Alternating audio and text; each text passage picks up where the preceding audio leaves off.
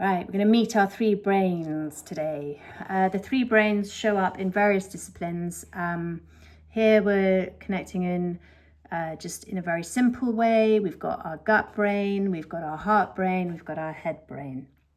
In Kundalini Yoga, the Kundalini nerve goes through all three, the vagus nerve goes through all three, so Kundalini up, vagus nerve down.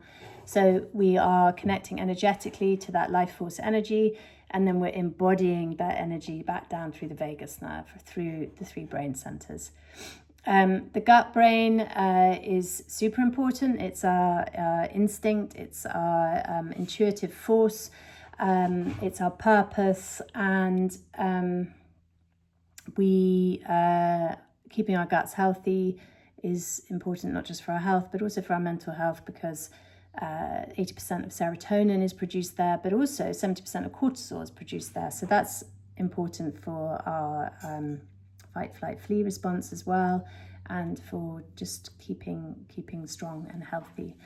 It then moves into the heart brain, which is where we give and we receive, and our heart is the largest electromagnetic field, okay? And you can really feel this when you come into particularly a horse's space. Their heart field is electromagnetic field is huge too. And sometimes I can get that feeling where I come up and it's almost like, that's far enough, thanks. Don't come anywhere nearer. And I receive from that space and give from that space. But it's really beautiful when you start to listen to the subtle vibrations between one and another. Not necessarily a horse, could be a being, human being. The heart brain sends more messages to the head than the other way round, but we don't always listen to them. So for me, that's a real eye-opener that maybe we're meant to be listening to the wisdom of our hearts. It is what else did I write? Oh yeah, the really important thing is it connects heaven and earth. It connects our lower chakras to our higher chakras, and is the center of our being. Okay. Then we come into the head brain, which is kind of more of the intellectual. It's how we make sense of the world. It's our perception, and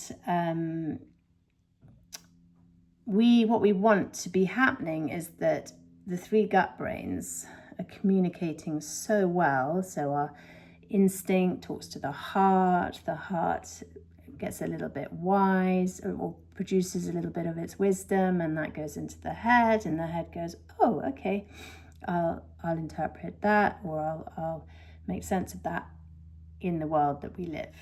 Yeah.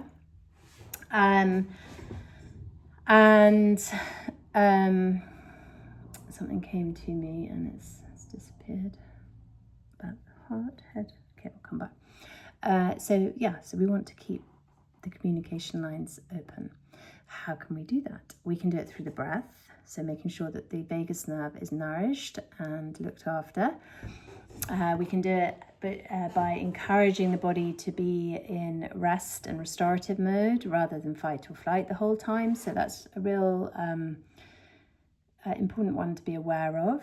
We can be aware of our thoughts. Are we constantly in thinking and stories, or are we in a really centered present space where the heart is guiding all the time? It feels very different. So if we're up here, we're not feeling anything going on in here, okay?